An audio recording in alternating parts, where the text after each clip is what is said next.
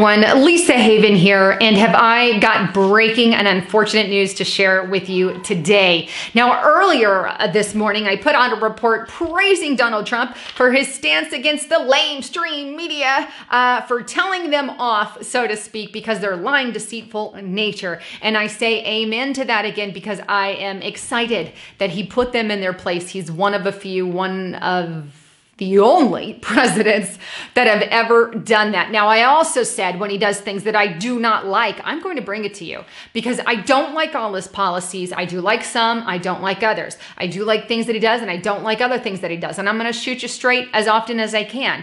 From what I can do, I'm going to shoot you as straight as I possibly can. If I know what's going on and know what's going down, I'm going to bring it to you as best as I can. And that's all I'm trying to say. And I get a lot of heat for this. And it's, you can't win for losing, but either way, my job is to get you the straightest news out there. That said, his latest pick for education secretary sucks. Who did he pick for secretary education? Betsy DeVos.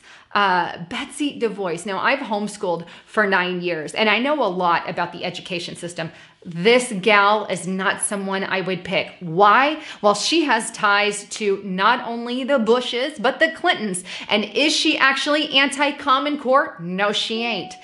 Some media outlets, lying fake media outlets may tell you that she is, but she isn't. Down at the core, she is not. When she's funding people who are Common Core advocates, then that means something. But here we have Trump saying he's against Common Core, but yet we have a woman who is basically for Common Core. Call it under the radar, call it above the radar, whatever. That's where her ties are leading, and which is why I just don't like her.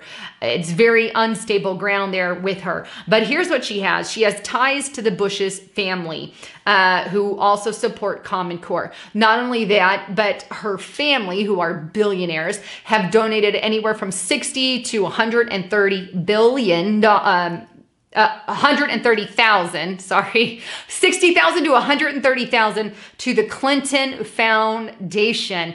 And her husband, who is head of Amtrak, gave hundreds of $1,000s to Bill Clinton to do his speeches.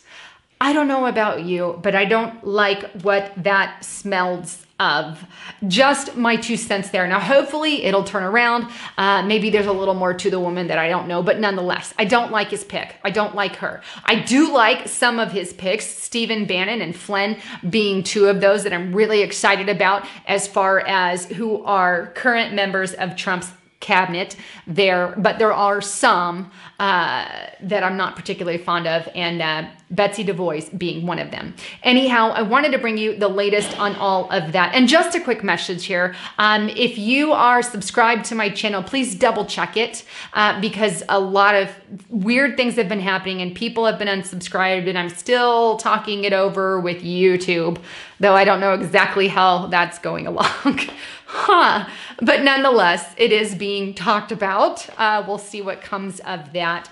And I just want to also address, I know people are like back and forth about Trump and he is part of the New World Order. He's not part of the New World Order, this and this. Now, my personal take, I don't think he is part of the establishment. However, I could be wrong. I don't know everything under the sun. I only know what I know and what I can look up and Google and search, and from insiders that I know, I can look that up and get that information from them.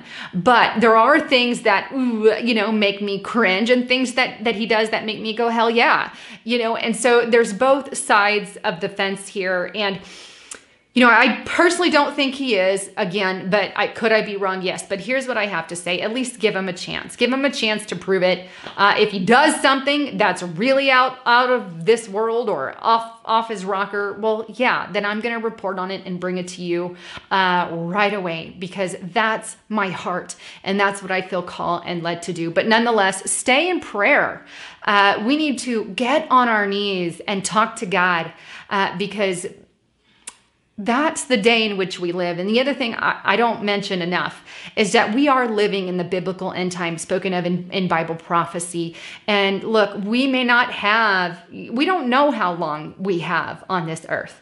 Heck, we're living in a day and age where, technology is out the roof, where corruption and tyranny are rising, where we can't even decide if the person we have as our president-elect is 100% legit or not, for crying out loud.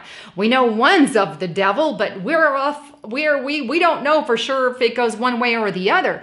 I mean, everything is questioned. If one event happens, it's a false flag, it's planned, it's this, it's that. Yes, that does exist. Yes, some of that does happen, but it's just we're pulled in so many different directions on everything that we have these splits in truther groups, and we cannot do that. We can't do that. Yeah, we may have varying opinions on this or that or this or that. It may have looked this way or it may have been this comparison, but look, us truthers need to stick together. We need to get the truth out, and at least the truth that we know, and we can't form these hate groups in and among truth. So if you're out there sharing truth, and, we may not all be on the same page every day, 24/7, but when we are, we can be a force to be reckoned with as far as freedom comes and as far as truth getting shared, because we all put together the big picture of what's really going on.